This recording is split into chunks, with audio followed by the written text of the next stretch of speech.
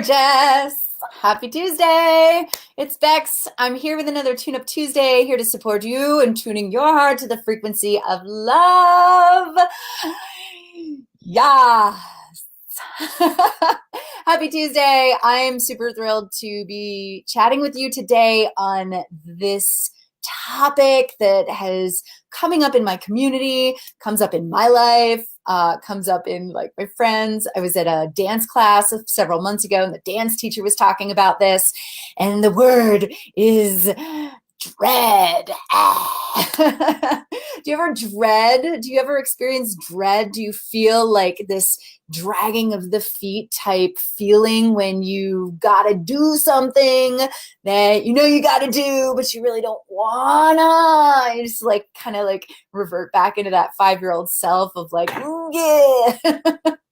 I could totally spend like 10 minutes just making sounds that reflect or represent dread for me, because I experience it a lot. And the truth is, I experienced it in my love attraction journey. I had dread going into my first date, with my first date with the man who's now my husband, Nick. I didn't want to go out. I didn't want to risk an uneventful or unimpressive or a experience or a waste of my time. I was really just kind of over it, if you will. And I know that that comes up in my community all the time with the women that I speak with. Maybe not in particularly about like dreading going on a date, but maybe it's dreading getting started, or dreading the emotional roller coaster, or dreading the process of online dating. Womp womp, been there, done that, and I didn't like it, and just dread. And one of the things that is just so powerful about dread is that we're so connected to an expected outcome. Dread is one of the symptoms of the I know that syndrome. I've talked about this a little bit before. I know that syndrome is something that I've learned from Mary Morrissey, Matt Boggs, my teachers, and dread. This I know that syndrome is like, yeah, I know all about that, or I've read about this topic, or I've practiced this and it didn't work for me. But it's this sense of like, I already know what to expect, even though I'm a brand new person today than I ever have been before in my entire life. Every part of me is growing, including my soul, yet I know that. I know how that's going to apply to who I am today, right? So this feeling of dread is this expectation that we've attached to this specific outcome based on our history, based on our experience. Wah, wah. And this is one of the things that just really trips us up and keeps us stuck, because we're just not allowing ourselves the room, the space to iterate or evolve or grow into something new. And in order to have something new, we've got to grow and we've got to evolve into something new and become someone who we haven't ever been before. So I've got 2 really awesome steps that you can implement into your life right away to circumvent your experiences of dread, or to combat this I know that syndrome.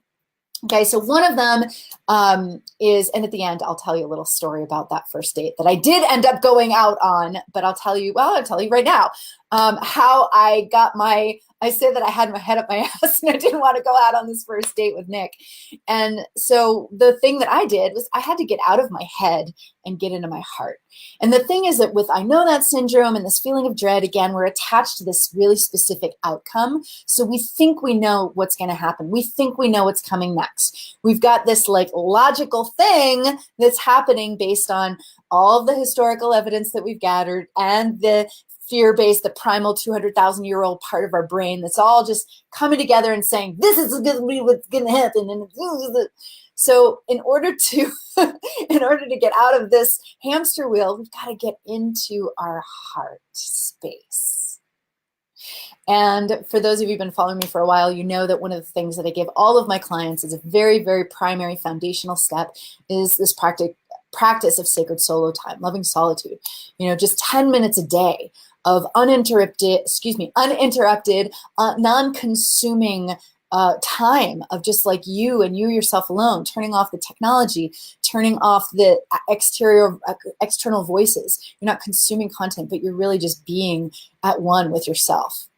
getting into your heart. So, just sitting and like not doing anything isn't necessarily going to get you into your heart, but at least it's going to turn off some of the chatter. And if that is really challenging for you, then the way that I did it when my mental chatter was just like way too noisy and bossy for meditation or anything, walks in nature, some of the things that I can do now was movement. And I would, dance, and in particularly my hula hoop. In fact, I danced for like an hour before, maybe it was an hour and a half. I don't know. I totally lost track of time. Took my hula hoop out of my neighborhood in Brooklyn, New York, set up my little video camera, and I made a video, and I like just danced to like some amazing music just to get out of this mental chatter and into my flow state, into my softness, my receptiveness, my femininity, right? So getting out of your head and getting into your heart is one of the ways that you can combat this sense of dread. All right. One other thing that I'll share with you is this really brilliant lesson that came up in a workshop that I was helping to facilitate last week. My friend, Kim Hill Cruz, she's around in my neighborhood. She was hosting this leadership workshop for women leaders in business here in our area. And she had actually asked me to come and do a little bit of a hula hoop workshop for these women in business, these entrepreneurial and business leaders. And, and of course, I jump at the chance anytime I can bring the hoop back into my practice and into my flow. And, these women were so open, God bless them. And some of them were a little bit more reserved and, but what was interesting was our conversation after the fact. And one of the things that had come up was the things that had gotten them past their resistance or their dread of trying this hula hoop thing out was that, they recognized that they were there in that workshop for a purpose. They had come there for a reason.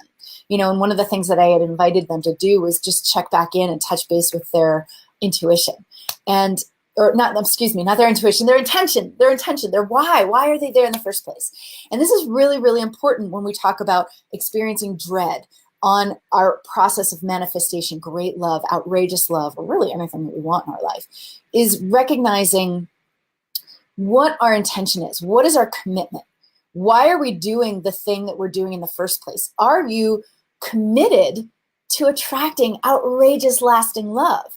Is that something that your heart deeply desires? Is that something that like you feel like your heart will just always ache for if that vision isn't realized? It's not something that you need necessarily, but it's something that your heart will always ache for if you don't realize that vision. So is that a commitment to realize that vision?